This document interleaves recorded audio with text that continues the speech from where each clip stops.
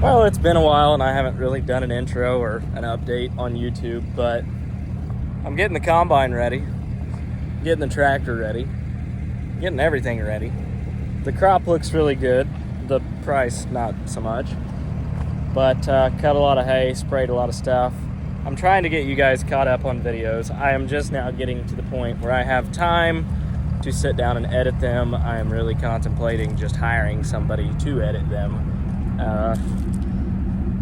I got GoPros, I got a drone, I got a bunch of stuff to kind of improve the content, I guess, of these videos. Make them a little more interesting, give them a little more razzle-dazzle. But anyhow, I will be at the National Farm Progress Show in Iowa. I think one day, maybe two, I'm not sure yet.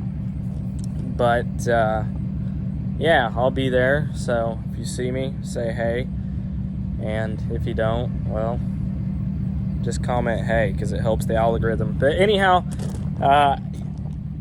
just a little intro to this video, obviously. The rest of this video is from May or June or whenever it was, so my bad. Yes, I'm slow and haven't been putting out videos, but they're coming. I'm just kind of gonna thin a lot of the video content that I do have out and shorten it up and get caught up and get back on track. So anyhow, here we go, I guess. Well, it was a matter of time before this happened, but I was turning left into the farm here and these people tried to pass me right as I'm making my turn and absolutely ate the ditch. I mean, seriously, they saved all of, what, 2 seconds by passing me there? And instead they pretty well just totaled their van out, so kudos to them. I don't understand people. Had my turn signal on and everything. Well, state cop showed up. Get what they deserve, I suppose. Good riddance. It's just that, the fact is, that has happened to me so many times where somebody has tried to pass me as I was turning left into the farm. Turn signal on and all. It's a double yellow. I live on what's called the 7 curves. People try and pass you all the time. It's flat out ridiculous, but you know, you gotta save 2 seconds and total your vehicle. Whatever.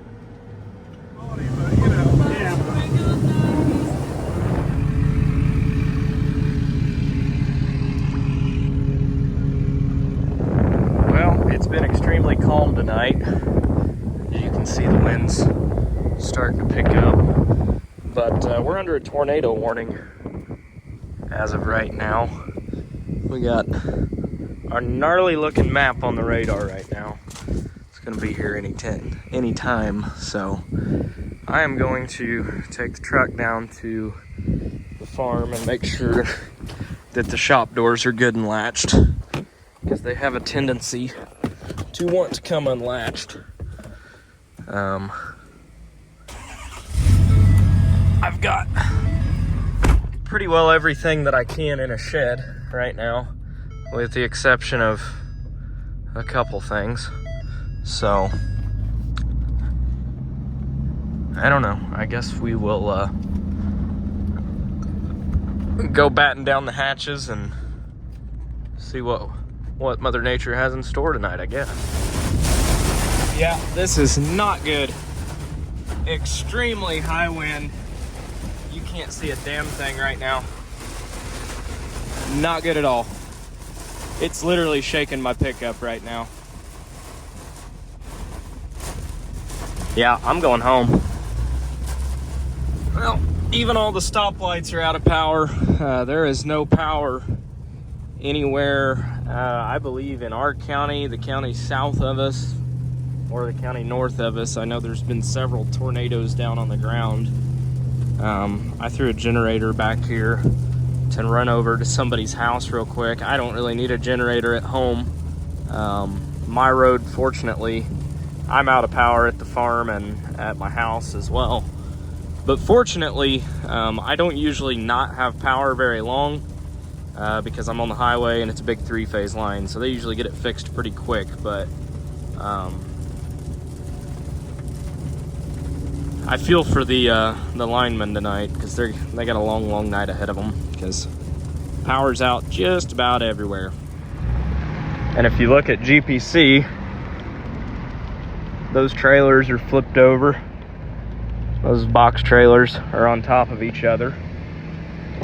Supposedly the tornado hit somewhere in here, and I believe it, because there's shit flipped over and trees. You can see tree limbs stuck up in the power lines all over the place.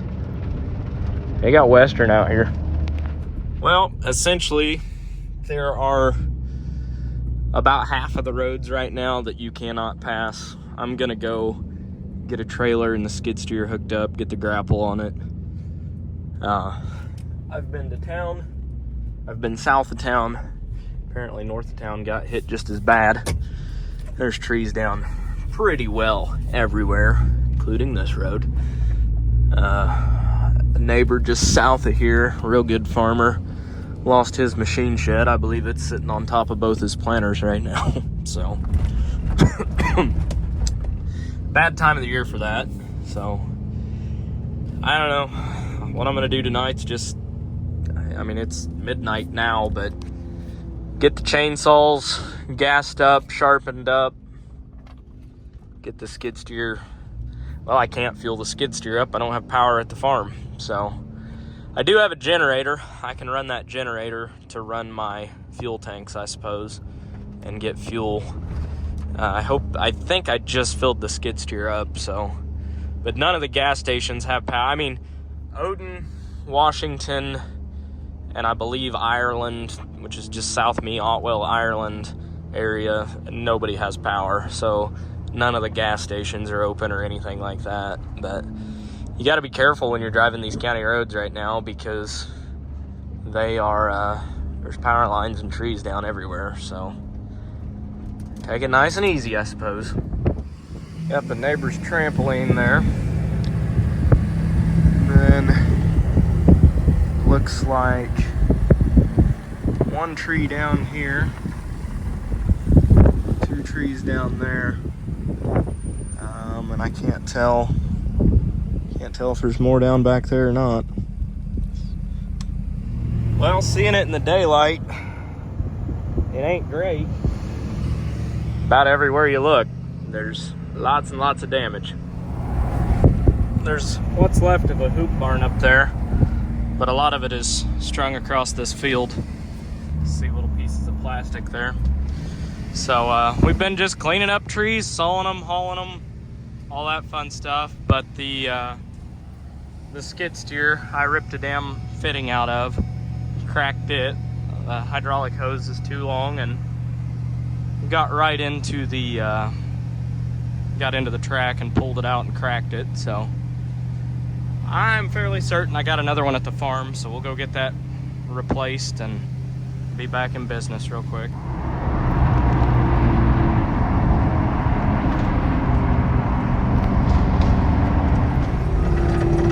Cleaning 1 yard at a time, but we're knocking it out. We got a mini excavator, a backhoe, and I think 2 skid steers here now, so we're making short work of this.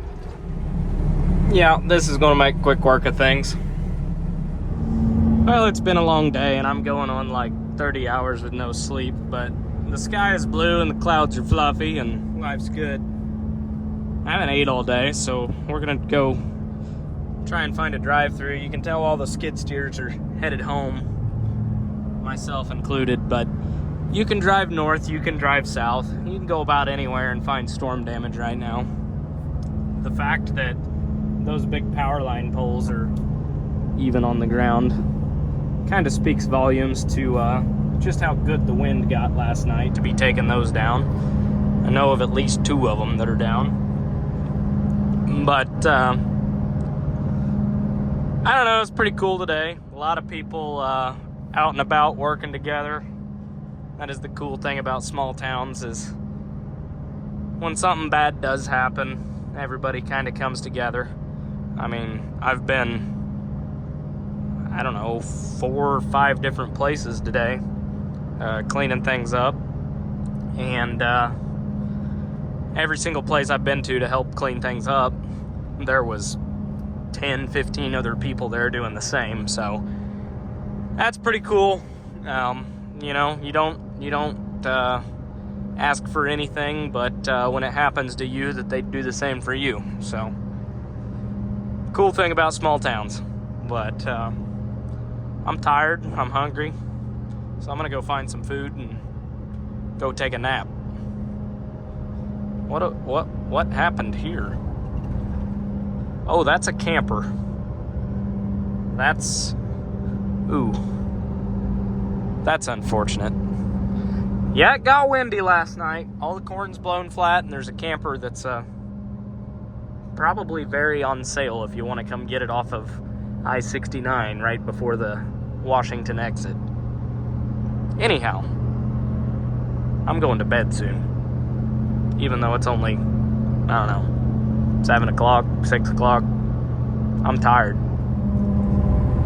I mean, it even got windy enough to take out all the interstate signs, which isn't saying much. Those things take off like kites, but it got western last night. Morning.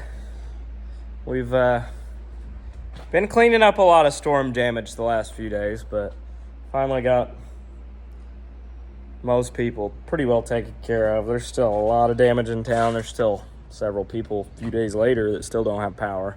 But we got the lights on here. And it's been windy ever since the tornadoes. So it's been drying the ground out. It is the end of May. Got about 100 and some odd acres of corn left to plant. Probably 50, 60 acres of beans to replant. But we're gonna get after it this week.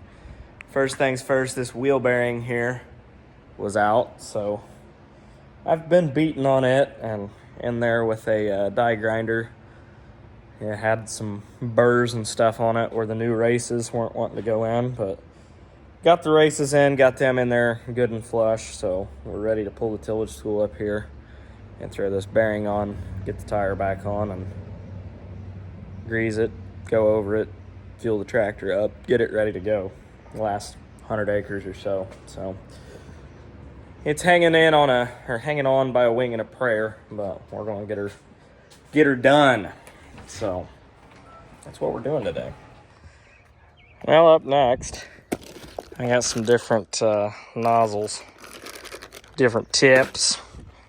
So we got 120 foot worth of those to swap out. Got the sprayer back on skinnies.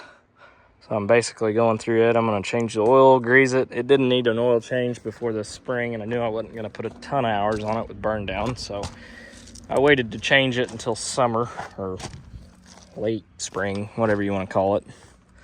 So we're gonna get all those. Yeah, get them. Yeah, do the thing and make them change. Put new tips on. Just the tip though. I'm waiting on some urea to be spread this morning, so I'm gonna run a first tank of post-emerge pass out. We're running glyphosate and list. Anthem Max is our residual. Liberty at a half rate, more or less. And then some Tether, which is just a water conditioner. So I guess get to mixing. Loading. Got the first batch mixed up here. All carefully measured out. I do not like how that looks, but once it gets blended with water, it ought to dissolve for the most part. I don't like when you see cottage cheese in the tank though. That's never a good thing, which I shouldn't have thrown that Anthem. I threw it in there with Enlist without any water. I probably shouldn't have done that, but should have waited until everything was in and then put these. It's all right. It'll bump. All right. Well, I sprayed a tank out, broke the sprayer. We won't get into that. It's a sore subject. Worked a bunch of ground. My phone died, so I didn't record anything. But I just loaded the planter with the last pro box of corn, and it is time to go plant the rest of the corn. That's all we got left. We got about 110 acres. So we're gonna go get that planted tonight. So Anyhow, folding.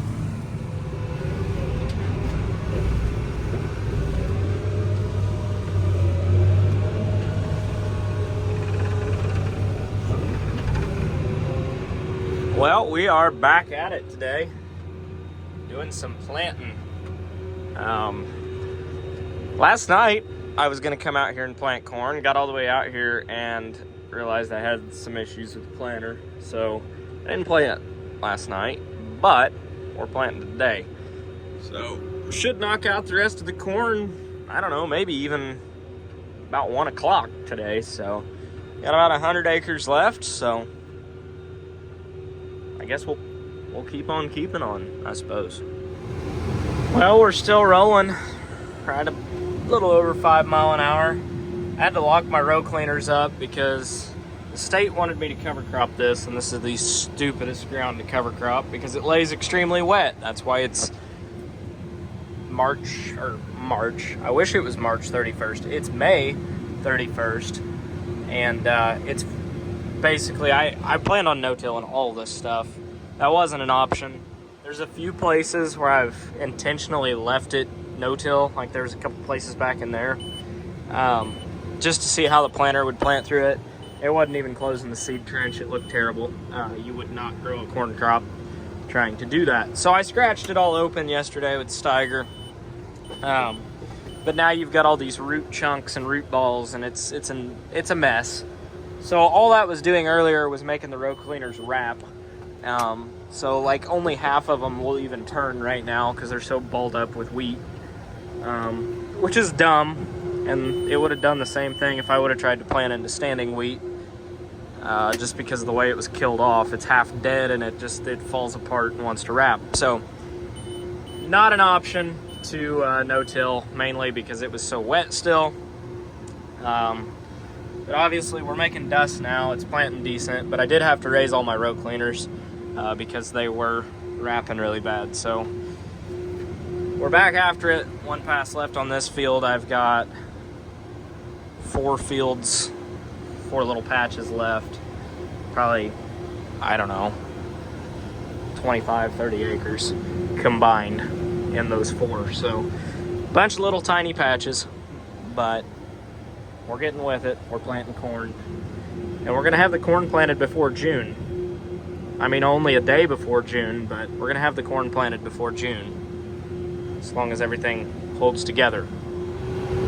The camera doesn't do it justice, but this field is incredibly steep, so I didn't work it, and it is quite a bit drier just because it is steep. But I worked part of it down in the bottom. I didn't work this, so I'm curious to see if there's any difference or not in what I no-tilled and what I don't in this field. There was some washout ditches over there I had to work in, so I don't know. We'll see how it does, but gonna have some no-till and some conventional till in this one. Well, we're gonna be done before June, only by a few hours, but that's the last pass of corn. So life is good. I'm glad to have it in the ground, at least for the first time, but I don't think I'm gonna have any corn to replant. Like I said, I know I've got a few acres of beans to go spot in, but for the most part, all the corn's looking pretty good that's up so far. And this is pretty good conditions here, so as long as we don't get an absolute downpour, we will be done with corn. So there it is, the last pass, and we are DUN done. That feels good.